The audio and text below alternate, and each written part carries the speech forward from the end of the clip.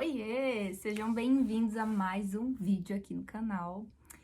E hoje eu vim bater um papo com vocês e perguntar, afinal de contas, para que lado a árvore cai?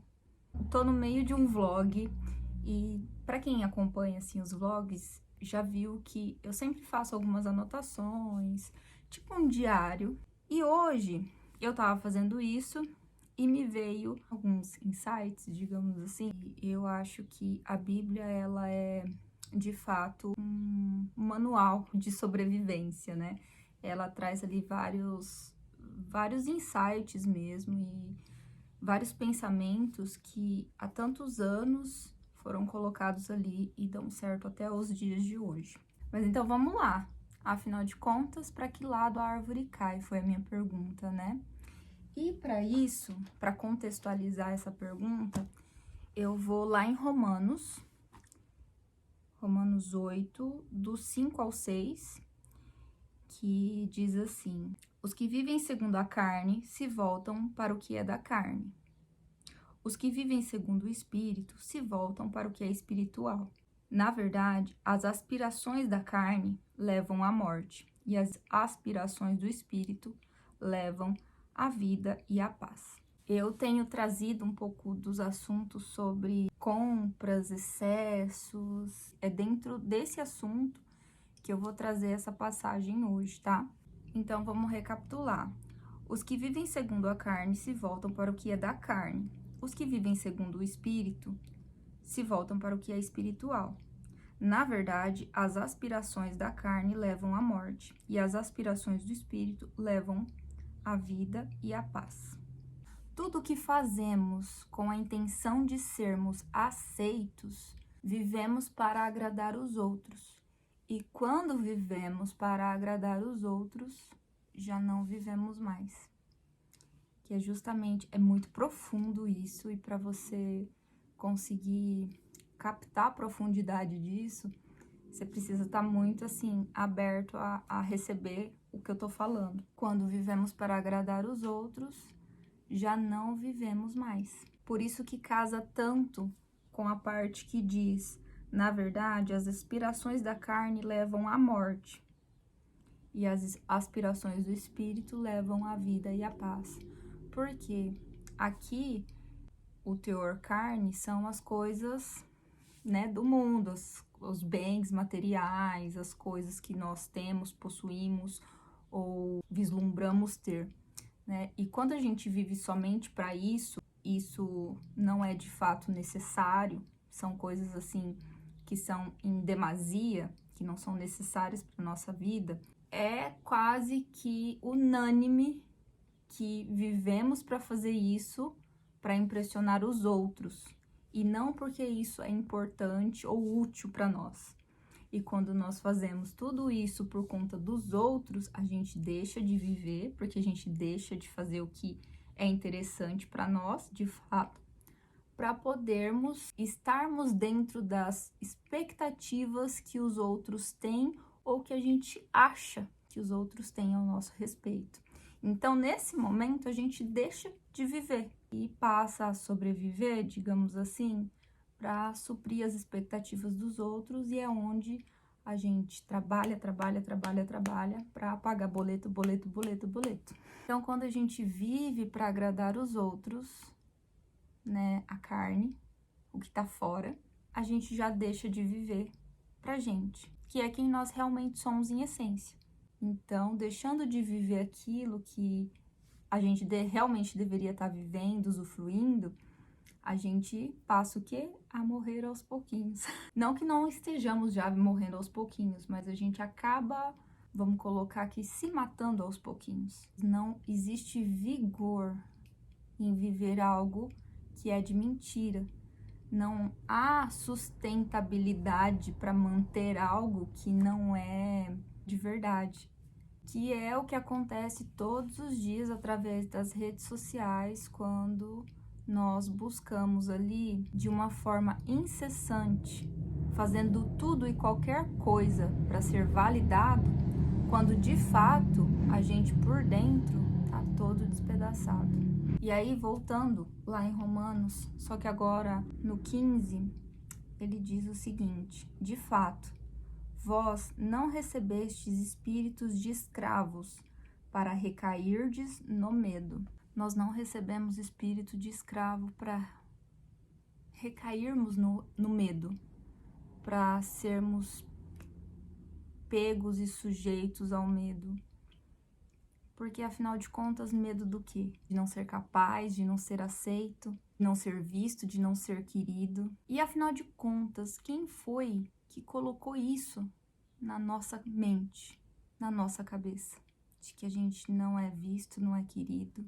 E quem é que nós prejudicamos ao termos esse tipo de pensamento ao nosso respeito, se não a nós mesmos? E aí podemos pensar o seguinte: ah, mas se eu não tiver tal celular, tal carro, tal estilo de casa, eu não vou ser aceito.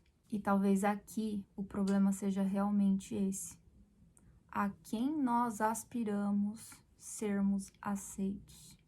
Se para sermos aceitos nós precisamos ter e não ser, nós nunca teremos o suficiente.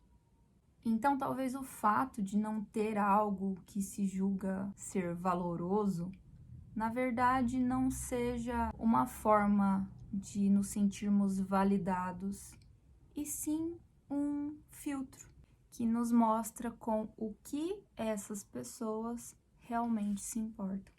Porque se algo não é verdadeiramente útil para você, significa que isso não é sobre você. Afinal, tem que ter sentido para fazer sentido. E tentar justificar suas atitudes dizendo: ah, mas eu não bebo, não fumo, fulano fez pior, ou fulano tem coisa pior que isso, não te faz menos escravo das suas escolhas. Porque se te rouba a paz, já custou caro demais. Então, já no meio dessa conversa, uma dica que eu deixo aqui para vocês é: usem as redes sociais para procurar, entender, estudar assuntos como projetos, estilos de vida mais leve, espiritualidade e crescimento pessoal. Porque assuntos que não tenham nenhuma relação com esses são apenas anestésicos. E anestésicos só servem para aliviar a dor. Vou falar de novo, e isso vale para pessoas, para conteúdos que não falam sobre projetos. Estilo de vida mais leve, tranquilo, espiritualidade e desenvolvimento pessoal são assuntos que são procurados por pessoas que buscam por anestésicos. E anestésicos só servem para aliviar a dor. E afinal de contas, qual a dor que você tem tentado anestesiar com tudo aquilo que não é nada disso que eu disse? Se você se conhecer o suficiente a ponto de entender como funcionam suas emoções, você estará um passinho mais perto de definitivamente eliminar essa dor. Porque as emoções são uma reação imediata e inconsciente do nosso cérebro. Quando eu consigo parar, pensar e analisar o porquê de fato eu quero isso, eu consigo entender qual foi a emoção que aquela coisa me causou. E uma coisa muito importante: emoções, elas não se controlam, elas se compreendem. Então, quando você tenta controlar uma emoção, você vai descompensar, você vai tentar racionalizar. E quando você tenta racionalizar, você perde completamente o sentido do porquê aquela emoção se manifestou ali. E quando você perde o sentido, você deixa de procurar entender o porquê que aquilo ali aconteceu, porquê que aquele gatilho se ativou, o porquê que você sentiu tanta necessidade de comprar, de usar, enfim, de consumir certos tipos de coisa. É sobre entender e compreender o porquê você pensa e age como age. Então, afinal de contas, para que lado a árvore cai? Ela cai para onde ela mais se inclina. Então, cuidado para onde você se inclina. Se você pender demais, se inclinar demais para esses tipos de coisa, é inevitável que você não caia. Então tenha paciência consigo e tente compreender por que você está fazendo isso de novo. O que isso está te preenchendo nesse momento? O que está faltando nesse momento? O que poderia compensar além de você repetir o mesmo padrão? A emoção é uma reação rápida do nosso cérebro sobre coisas que estão inconscientes. E às vezes as pessoas falam assim, talvez a pessoa passou muita necessidade, passou fome, por isso ela tem compulsão por comida. Talvez passou necessidade, por isso que ela tem compulsão por compras. E não é bem assim.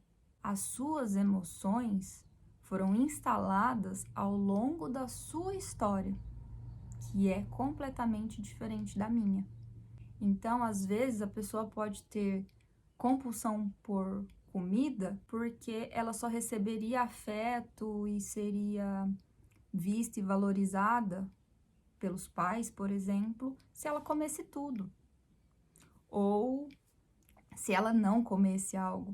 Não é necessariamente dentro de um quadrado somente sobre falta e escassez. Na maioria das vezes, não é sobre falta e escassez das coisas que se consomem, e sim de outras coisas que fazem ligação com aquilo que se consome, e não por aquilo que se consome.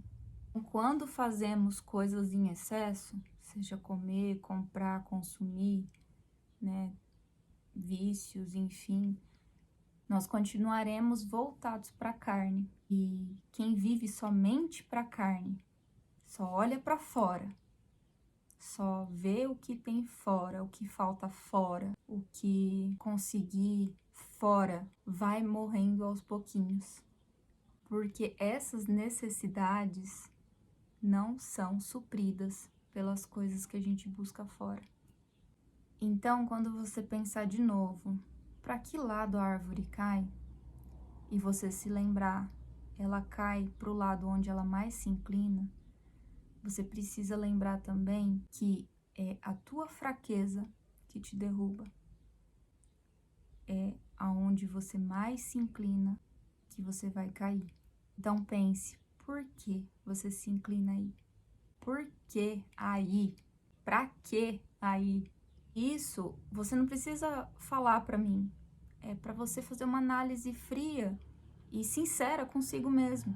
Porque culturalmente falando, perder, não ter a razão sobre tudo que a gente faz ou pensa ou como a gente age é uma forma de negligenciar essa validação externa. Mas se você não conseguir exercer para si mesmo a humildade de se perceber e entender que nem sempre vai ser assim, você nem sempre vai estar 100% certo, a justificativa que você tá dando para poder comprar mais um calçado, mais uma roupa, mais um acessório, mais um item aí para sua cozinha, não vai te levar adiante, não vai te levar para o próximo passo. E a única alternativa de sair dessa rodinha do hamster é se colocar de fato vulnerável a si mesmo. Porque sem a humildade e a vulnerabilidade, você vai continuar fazendo sempre o mesmo caminho. E nunca vai compreender por que as coisas não mudam. Para que lado a árvore cai? Ela cai para o lado onde ela mais se inclina. Cuidado aonde você mais se inclina. Beijos.